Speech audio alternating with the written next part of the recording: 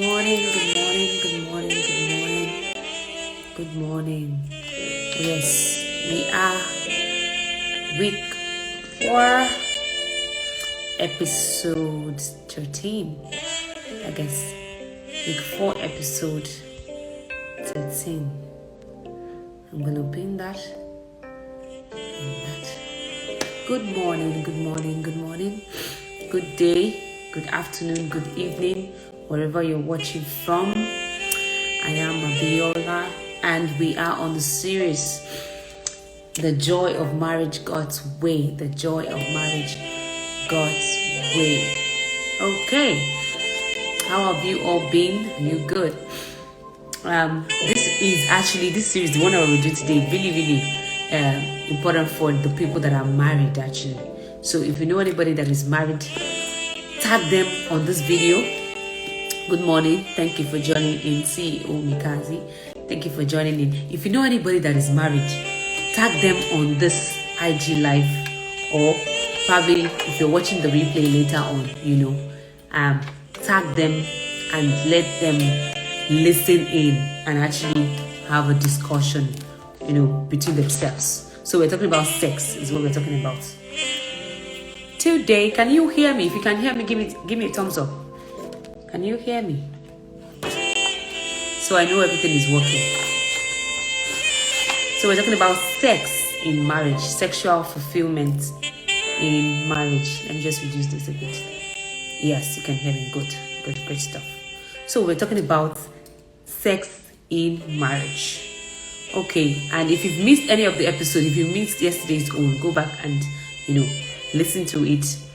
Today, we're going on the topic, the title, When Sex Isn't Working. When Sex Isn't Working is the subtitle for today. When sex isn't working, what do we do? So the subtitle also says, he wants sex, you don't, now what? For the married people, they can relate to all of these things, because it's not every time, that either party in the relationship actually wants sex. And before marriage, you feel like, oh yeah, the sexual attraction is there and everything, the sexual attraction is there and all that, and you feel like, oh, there's temptation or whatever. But when you get into marriage, the busyness of everyday life and everything, and you can get to a point whereby, he wants sex and you don't, or you want sex and he doesn't, now what? So he says, what do you do if you want sex but you don't? If you are like the women who email us who aren't interested in sex, ask yourself a few questions. Now, if at any point you have any questions or comments, you can put it in the comment section, or you can use the Q&A box to put in your question or your thoughts on whatever it is that we're talking about. So it says, is all your energy being consumed elsewhere? Is all your energy being consumed elsewhere? Your sexual energy and your drive to accomplish things come from the same source. Wow. Your sexual energy and your drive to accomplish things come from the same source. If you're using it up on your kids, people with children can relate. If you are using it up on your kids, a job, or the pressures of life, you may not have anything left for your sexual relationship because you're just stressed out.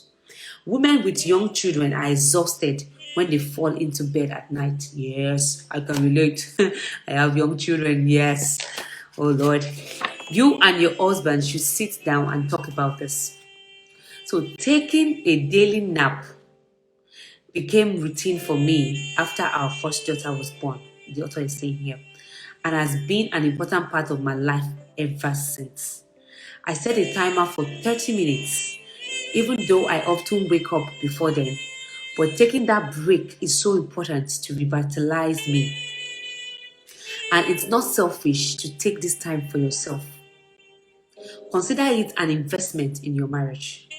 Another way to regain energy may be to have somebody come to your home and take care of the kids for a little while each day. That will help. I wish I have that. And then the country you are also matters. Like in Africa now, people have more opportunities to have maybe get house helps or housemates to help them take care of children or whatever, But in Europe, it's just like you do DIY, you do everything yourself. So the stress is really, really enormous. Keeping up with everyday life, keeping up with family life, children, everything, like you do everything by yourself. So that can be, tasking on our health, on our body. By the time you get to bed, you're so stressed out. You're so stressed out. And some people, even in some countries, also some people do 2 or 3 jobs. Yeah, some people do 2 or 3 jobs. Wow. Just to make ends meet. So these are realities and issues in marriage that sometimes during the single stages we don't get to discuss.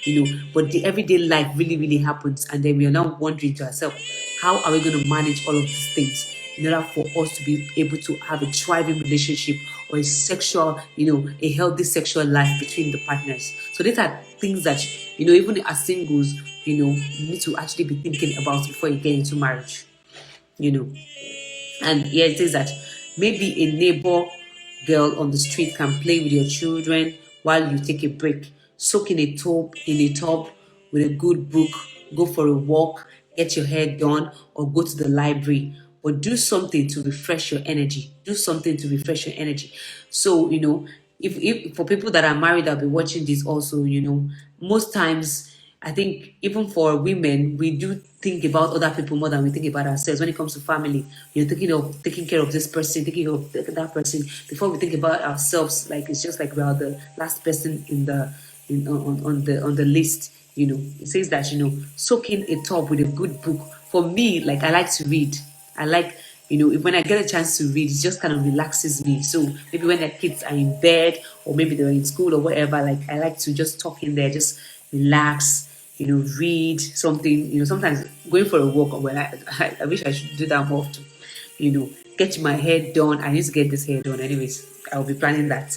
Go to the library, but do something to refresh your energy. If it's a good movie, whatever. Find your own reading. Find your own reading. Basically, that's what it's saying. Find your own reading. So even as married people and single people too, what is your reading? Find your own reading. So the last time I think during this IG live, somebody said they like to listen to music. That helps them distress. So yeah, do that, whatever it is. For me too, you can imagine also all of this session, I always play soft music. I play something in the background.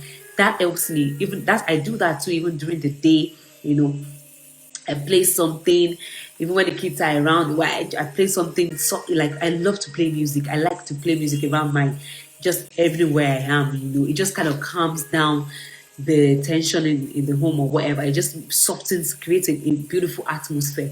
The kind of atmosphere that we're creating kind of help us physiologically. So that is also a tip there. Then the second one says, are you having sex by demand? That is in marriage now. Are you having sex by demand? It says, women who were eager for sex when they first married and over time find themselves pressured more and more by their husbands for sex will lose interest quickly. If they are being pressured to have sex, they will lose interest in sex quickly. Its demands stifle our desire.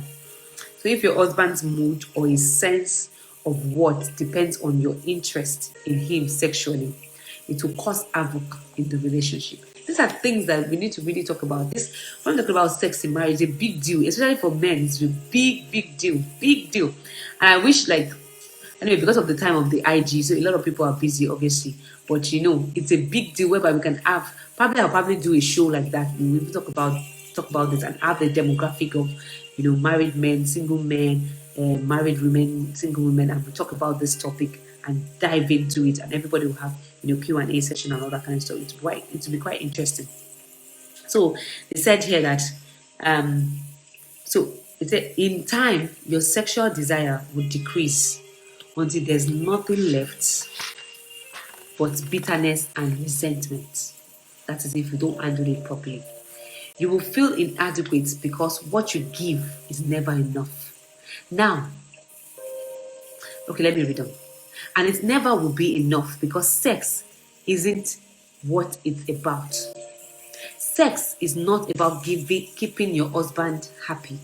Sex is about sharing yourself openly and freely and giving yourself to one another in order to experience a mutual delight in being together. Whoa. Sex is about sharing yourself openly and freely and giving yourself to one another in order to experience a mutual delight in being together. Sexual force feeding in marriage leads to sexual anorexia. Whoa! Sexual force feeding in marriage leads to sexual anorexia. Whoa. So it should be done with caution. And most times, things that actually, I keep saying it over and over again, things that distort the mindset, our sexual mindset in marriage is pornography. People are not talking about this enough. Pornography. In our day and time now, we are in a pornographic epidemic. And the effects is so much in our relationships, in our marriages. The effect, then the people will be having unrealistic expectations. The spouses now have to fulfill on unrealistic expectations, and there's dissatisfaction, so many things. And then, it's just like it's a roller coaster, all shades of wrong, basically. So these issues need to be addressed. Then the third point on why sex isn't working sometimes, or why sex might not work in a relationship, is that your hormones out of balance. This is for women. Are your hormones out of balance? If you are reaching menopause, don't be surprised if your sex drive has diminished. However, even young women may lack desire because of hormonal imbalance. So when testosterone levels dip, so does your sexual desire. All the effort in the world won't work if your hormones are out of balance.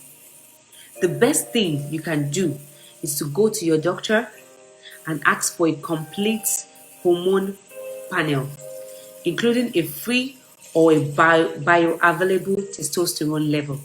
This is, please, if you're listening to this, tag people that are probably in the menopausal age, all adults, over 40s or whatever, in marriage, because they might be going through all of these things that they're just looking at what is going on, So when we get the right knowledge, tag people that really need to hear this, Then it says all women have 3 hormones: the estrogen, the progesterone, and testosterone.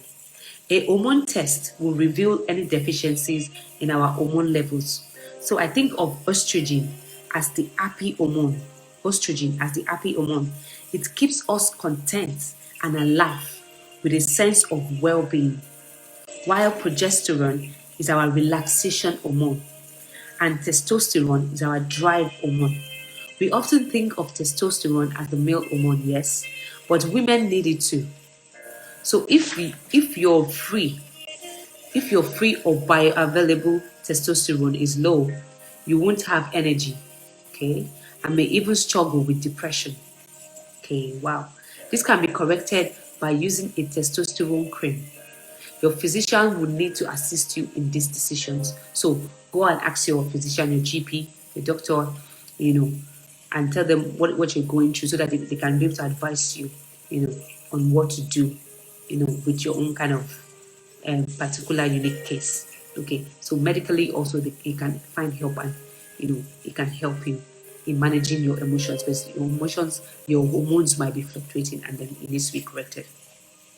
And the fourth point is, are you waiting to be zapped? What does that mean? Are you waiting to be zapped? Are you looking for the feelings of newness and attraction rather than deep, caring attachment? Stop and consider what it was that attracted you to your husband when you first met. Reflect. Thank you so much for joining. Reflect on those times that brought you together. Initial attraction has to shift into long-term attachment or intimacy. Initial attraction at the stage of dating has to shift. What people don't understand in relationship is that Relationships, they go in seasons.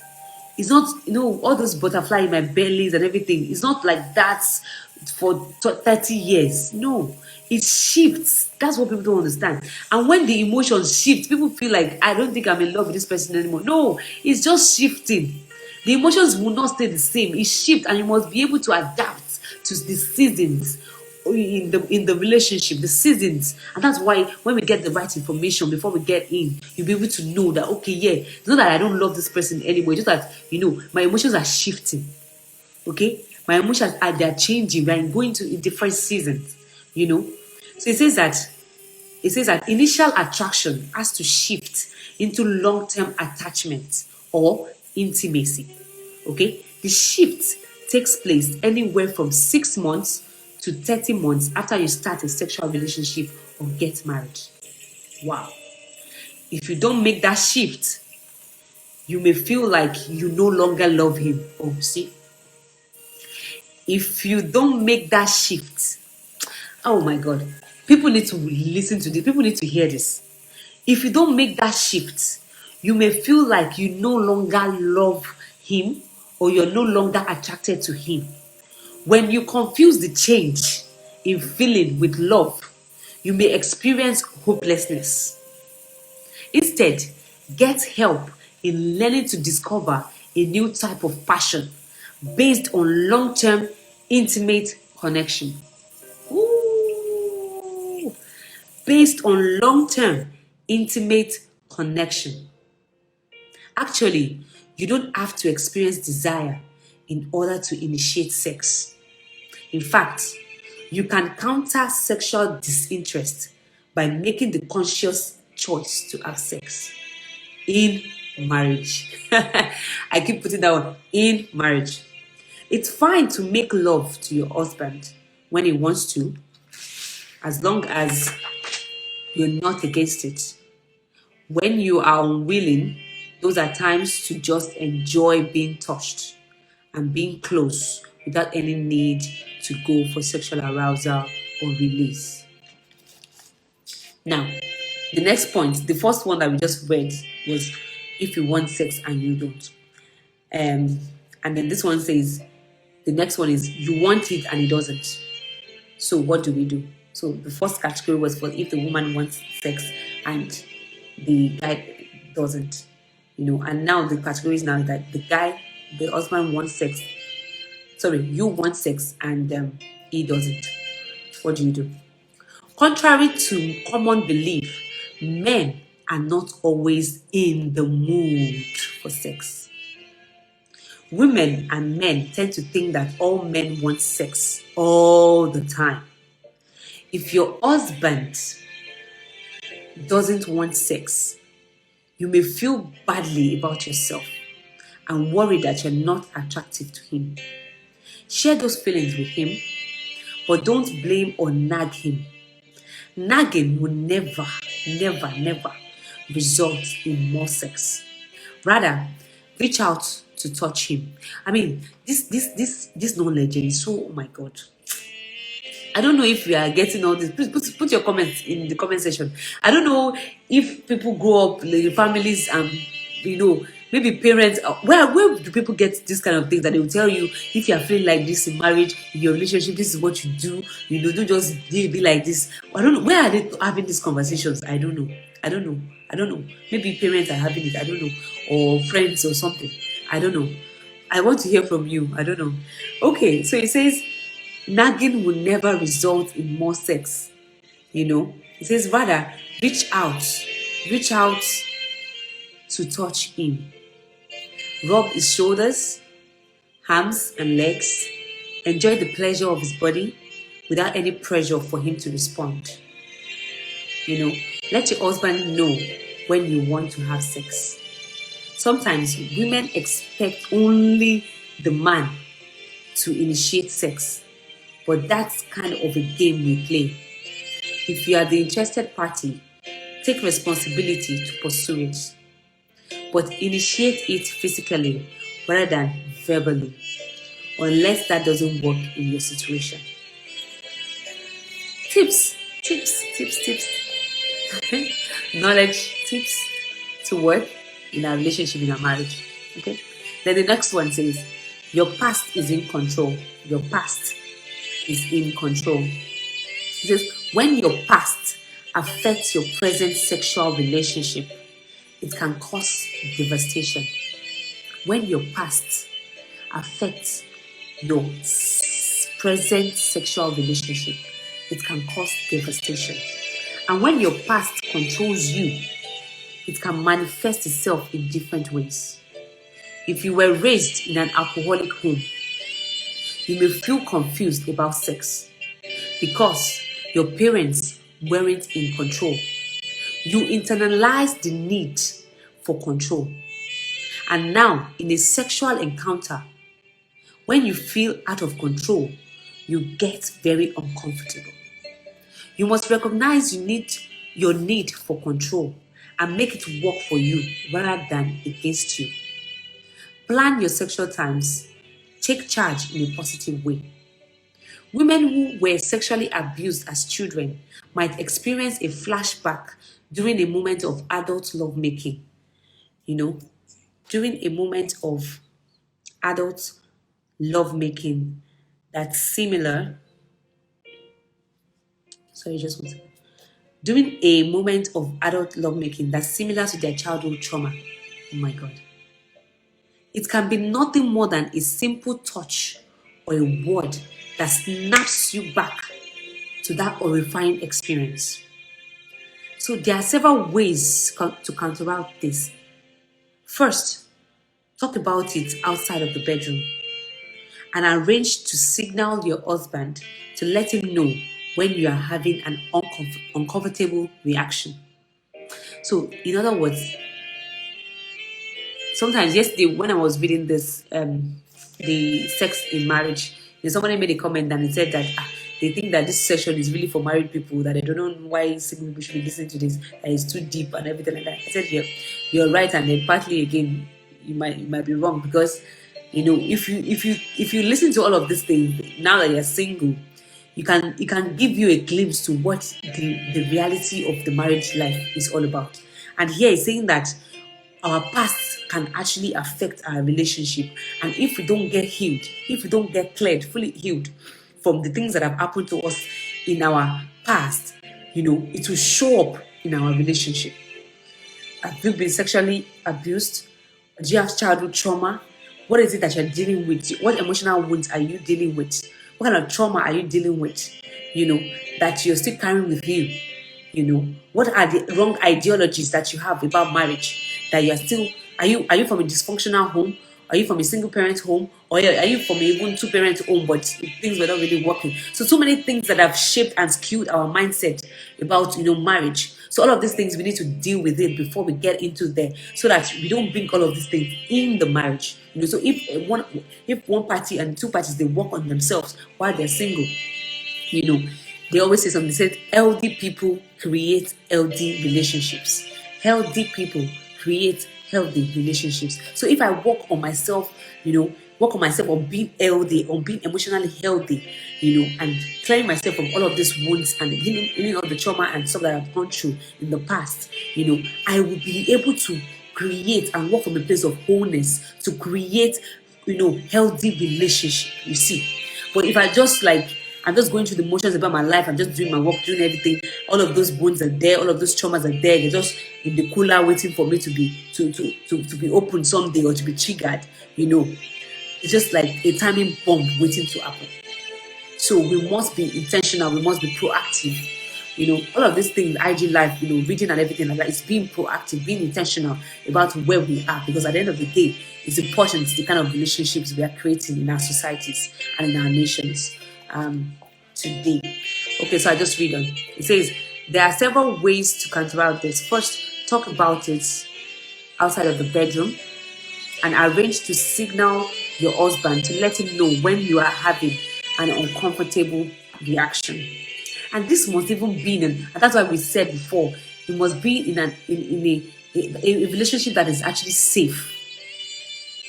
A relationship that is safe, that somebody can come and say, this is what I've been going through, and this made me feel some type of way, or made me feel uncomfortable because of what I've been going through before, that kind of a way.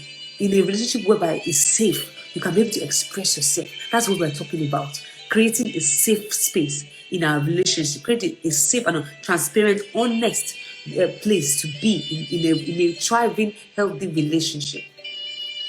It says that men who are married to women who have been sexually abused need to have God-given patience and understanding, as well as a willingness to help their wife walk through these difficulties.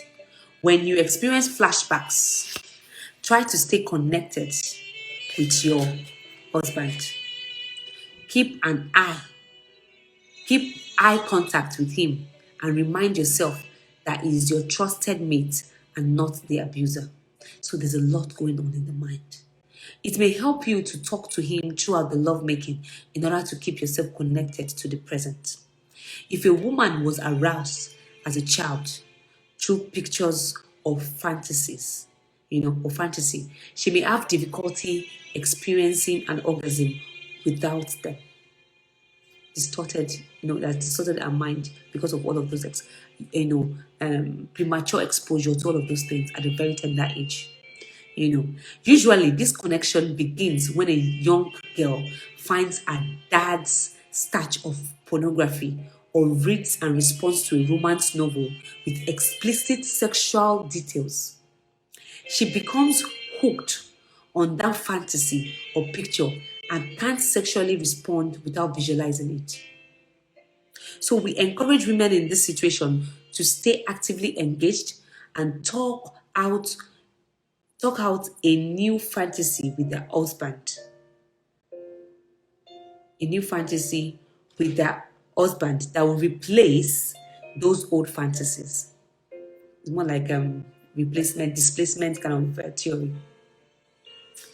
With the old family, exchange your fantasy for something good, even if it's a little bit scintillating or exciting or different than your ordinary sexual encounters. For example, imagine you and your husband on a deserted island, or an exotic adventure that doesn't connect with those old images that cause you guilt or conflict. Of course, if you had prior sexual partners in your life, you may find it difficult not to compare them. This is another one that happens a lot. You find it very difficult not to compare them with your husband. This is reality. Men that have also been sexually active before marriage or before the relationship, find comparing to the ex-partners, or the both parties, the women too. The comparison is there. The mind is just like, and that causes a lot of problem of the root of dissatisfaction in our spouse or in our mate. It says, again, we recommend that you stay in the moment with your mate. Stay in the moment with your mate. The next one here says, anger, shame, or guilt have invaded the bedroom. This can also affect our sex life in marriage. When anger, shame, or guilt have invaded the bedroom, it says unresolved anger is often the byproduct of a relationship that is void of affection outside the marital bed, with aggressive sexual advances. Okay? But a woman's anger, you're welcome, and I'm almost done. But a woman's anger must be dealt with before she can find satisfying intimacy with her husband. So we have been talking about, when sex doesn't work, in the relationship. We outlined some things why, if the woman wants sex and the man doesn't want sex. Sorry, if the man wants sex and the woman doesn't want sex. And now we are finishing, if you want sex and it doesn't, and some of the things that might be a result of that, that your partner might be in control, you might have unresolved issues in there, and how you need to kind of make sexual advances to your partner without being verbal about it. That anger, shame, or guilt also might have invaded your bedroom, whereby you have unresolved anger, in the relationship. And as women also, we are very emotional. I was saying it again yesterday that sex is about body, mind, and soul. So it's not only about body, because for men, they don't feel like just body, whatever. But for the man, it's like, for the woman, it's like, if I'm not okay with you, look, my mind, like, I have unresolved issue with you, I have some resentment in there or whatever. You just want me to come and just have sex with you like that or whatever. That kind of way. It doesn't work. So we must resolve all of these things. So that's what it's saying here. And then tomorrow, because I just want to keep this 30 minutes, we'll be going on to talk about when sex is painful. When sex is painful. Okay. So if you have missed any of the episodes, go back. Thank you so much, Awesome Creations, for joining this morning. So if you have missed any of the episodes, go back, because those two, I think the previous 2 episodes, we're talking about sex. So there's more information on that. If you have any comments or questions or something, we'll be reserving it for maybe tomorrow. Or if you have any comment or any questions now, anything, you can put it in the comment section there and before we go. And then let's see what we can do about that. So you can use the Q&A box for the questions, or you can just put your comments there, and then we can read it. Then on Friday we'll do live Q&A also. I feel like we need to share this to a lot of people that really need to watch it, like maybe married people, because this few episodes we're talking about sex, and some of the single people are feeling like they cannot relate because they're not married. So it's kind of like they're saying that it's too deep for them or something. But the people in marriage, I really know that this topic is actually very, very, very, very important. So we're talking about sexual fulfillment in marriage. So if you don't have any questions, thank you so much, CEO Mikazi, for joining. Thank you, Chine Abuma, for joining. Thank you, Awesome Creations, for joining, and everybody that will be watching the replay also. Please feel free to put in your comments or your questions below when you watch this. Probably send me a DM if you want us to treat your questions during the live Q&A session. All right. We are doing this intentionally because we want to have healthy relationships, healthy families, healthy marriages, and we must get the right knowledge in order for us to be able to achieve this. And one thing I said yesterday was, if it doesn't enter your mind, it cannot enter your life. If it doesn't enter your mind, it cannot enter your life. Okay, thank you. You're most welcome. Thank you so much. You're most welcome. So I'll be rounding off today's session. Don't forget to live every moment, laugh every day, and love beyond words. Okay, so I remain Abiola, and I'll see you tomorrow, the same time, 11 a.m. GMT. One love. Thank you all so much for joining, and take care. Thank you.